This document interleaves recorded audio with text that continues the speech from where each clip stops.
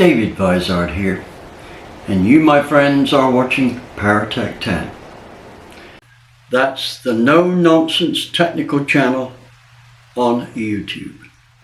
What have I to report in this episode? Well, first off would be apology for the guys waiting for the 427 and the big block videos. They've got stalled due to my medical circumstances, right? So I had to finish those that were already in the, as they say in the business, already in the can. And that's what I'm doing now, and it's Ecoboost stuff. So apologies to that one guy who said he was on this channel to see big block stuff.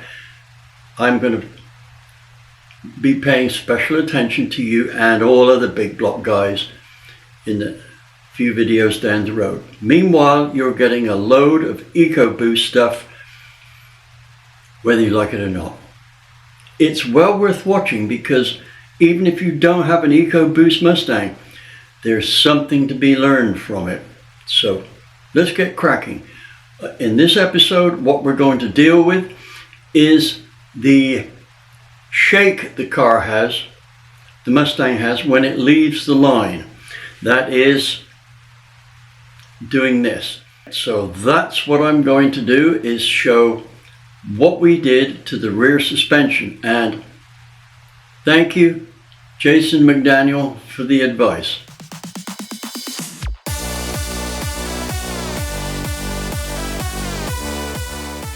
My first plan here was to get the Steeda no-hop kit and install. But after 3 attempts to get hold of their PR guy, a failure every time, I figured that they didn't want the publicity, didn't want the business, or didn't have the time to reply. So I went another route. If I get a response from Steeda, from their PR guy, this is him here,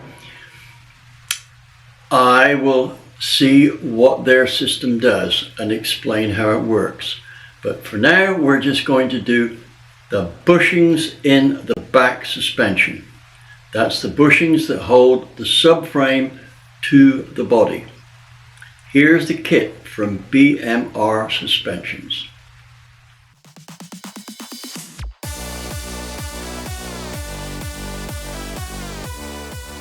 Here's a nice setup from BMR. The idea of this, with these bushings here, they go in the final drive housing, and they locate the final drive to the subframe. They are not soft and mushy.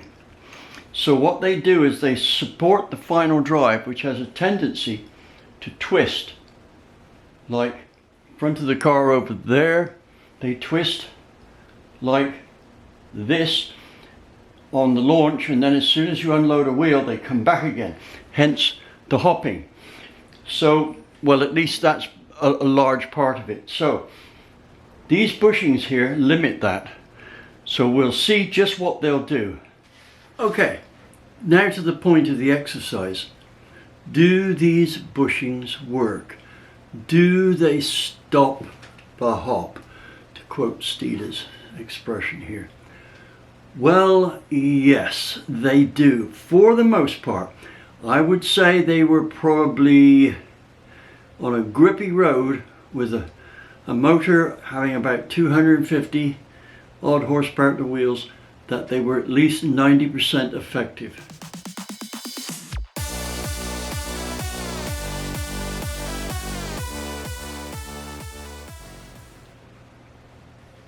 There is some downsides though.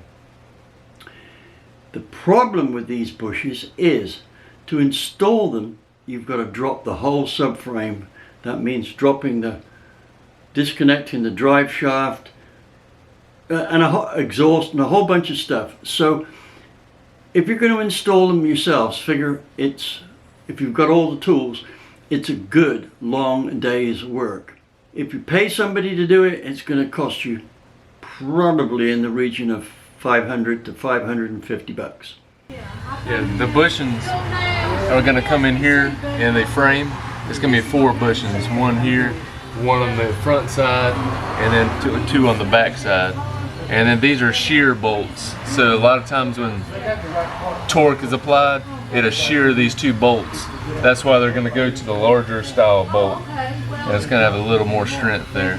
But the axles are going to have to come out, the cradle is going to have to be dropped, and then this is going to have to come out to enlarge these 2 holes for the bushings. Right.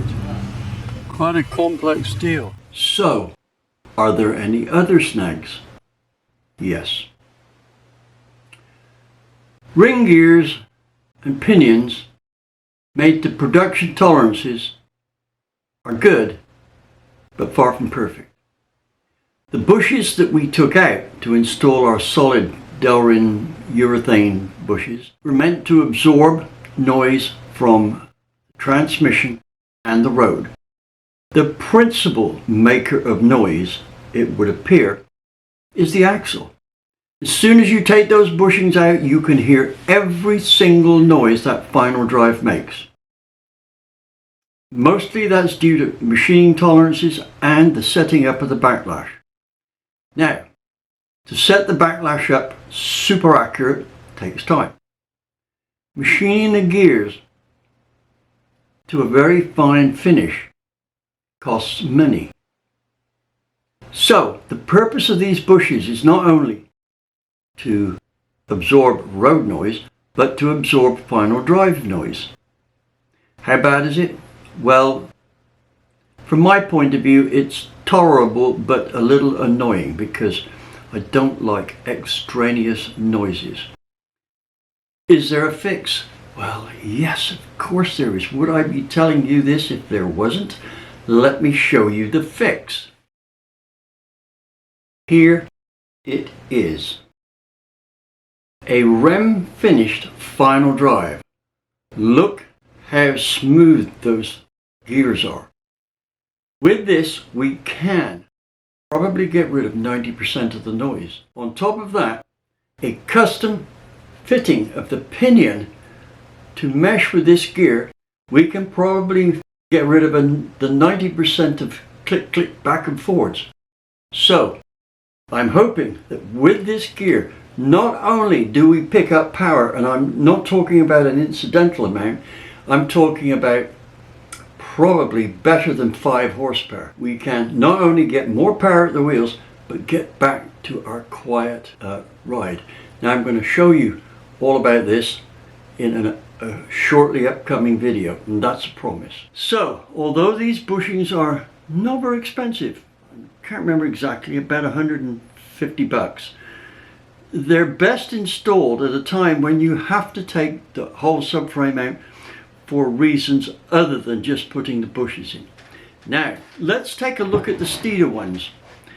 They do the job in a different way, and although the Steeder ones are slightly more expensive, they can be installed without dropping the subframe. They can be installed by just going up there, undoing the bolts, putting these in, tightening the bolts up, or very little more, right? And I'm pretty sure there is a Steeder video showing that. The difference is the Steeder ones don't use a solid bushing. What happens is, if you look at the rear subframe mounting, stock ones, you'll find that it's solid rubber in part with voids in it, so that it's well connected, but it's got the room to move. Well, the room to move is developed by those voids.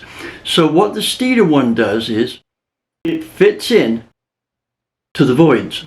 It makes the rubber mounts almost solid. Now, they're not quite as stiff as the BMR ones, but they can be installed in about an hour, maybe a bit more. Now, the whole Steeder bushing kit for the whole let's call it anti-tramp, comes out a lot more money than the bushes, but you save it with a more rapid installation. How well does it work? I don't know. Chris hasn't called me yet, right? That's what I was originally going to try, but I'm not going to move on this Mr. Steeder, Mr. Chris, until I get contact from you. I'm waving a flag here in the breeze. Now, how well did all this work? That we're going to look at in the next edition, when we go to the track with both the tires and the bushings. I can tell you now, the results were pretty damn good. I bet you they turn out to be far more effective than you ever dreamed of. Thank you for watching. I will see you in the next episode.